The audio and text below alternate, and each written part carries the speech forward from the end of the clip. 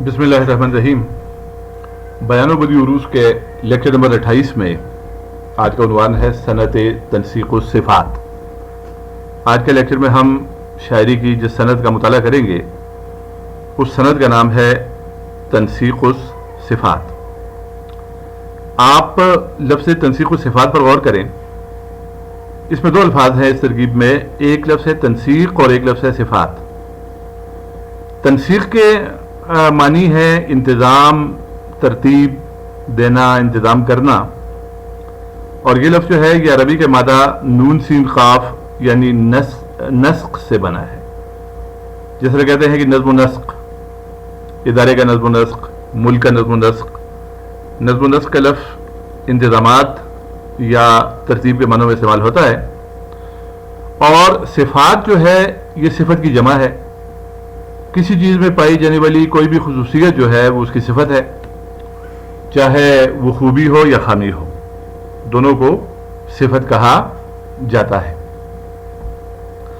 تو تنسیق الصفات کے لغوی معنی ہو گئے صفات کو ترتیب دینا۔ اب آگے جا کر ہم اس کی تعریف پڑھتے ہیں اور اس کی مثالیں دیکھتے ہیں۔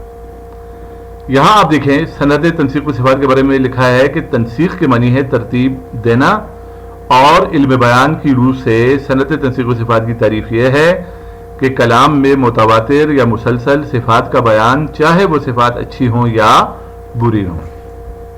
یعنی کسی چیز کی خوبیاں اگر مسلسل بیان کی جائیں یا خامیاں مسلسل بیان کی جائیں، دونوں صورتوں میں اسے صفات کہا جائے گا۔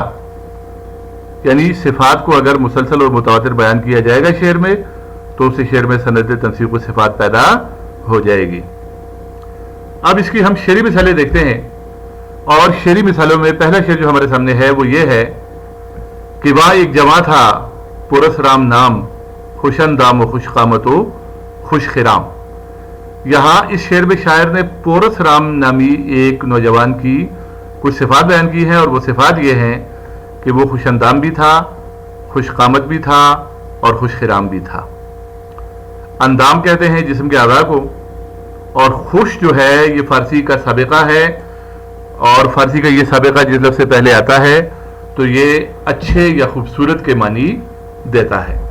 یعنی مثال کے طور پر اگر کہا جائے کہ خوش لباس، تو اس کا مطلب ہوگا اچھا لباس یا خوبصورت لباس پہننے والا۔ اگر کہا جائے خوش گفتار، تو اس کا مطلب ہوگا اچھی گفتگو یا خوبصورت گفتگو کرنے والا۔ اور اگر کہا جائے خوش اخلاق، تو اس کا مطلب ہوگا اچھے اخلاق یا خوبصورت اخلاق کا مالک۔ تو یہ جو لفظ ہے خوش، اس کا مطلب ہے اچھا یا خوبصورت۔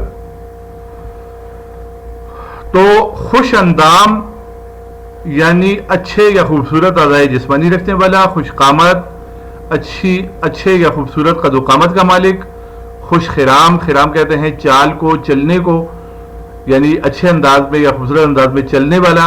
یہ تینوں خوبیاں بیان کی گئی ایک نوجوان کی جس کا نام پورس رام ہے۔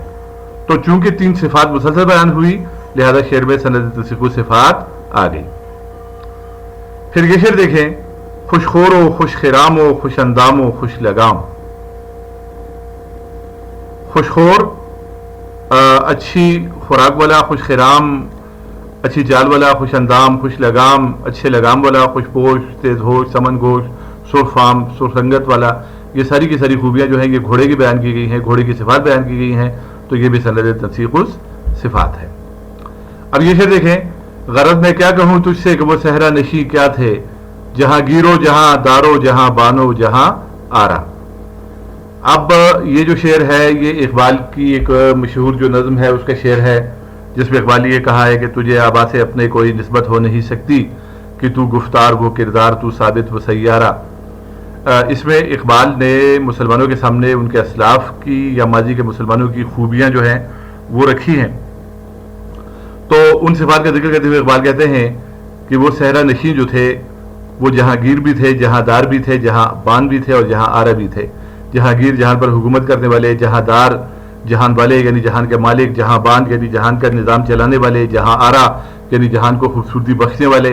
یہ چاروں خوبیاں جہانگیر، جہاں دار، جہاں بان، جہاں آرا، چاروں صفات ہیں، اور یہ صفات مسلمانوں کے اسلاف کی ہیں، لہذا یہ بھی سند تنسیق الصفات ہے. اب اگلا شعر بھی اقبال ہی کا ہے. ہاتھ ہے اللہ کا بندے مومن کا ہاتھ، غالب و کارآفری کارکشا کارساز. ہاتھ ہے اللہ کا، اللہ کا ہاتھ ہے.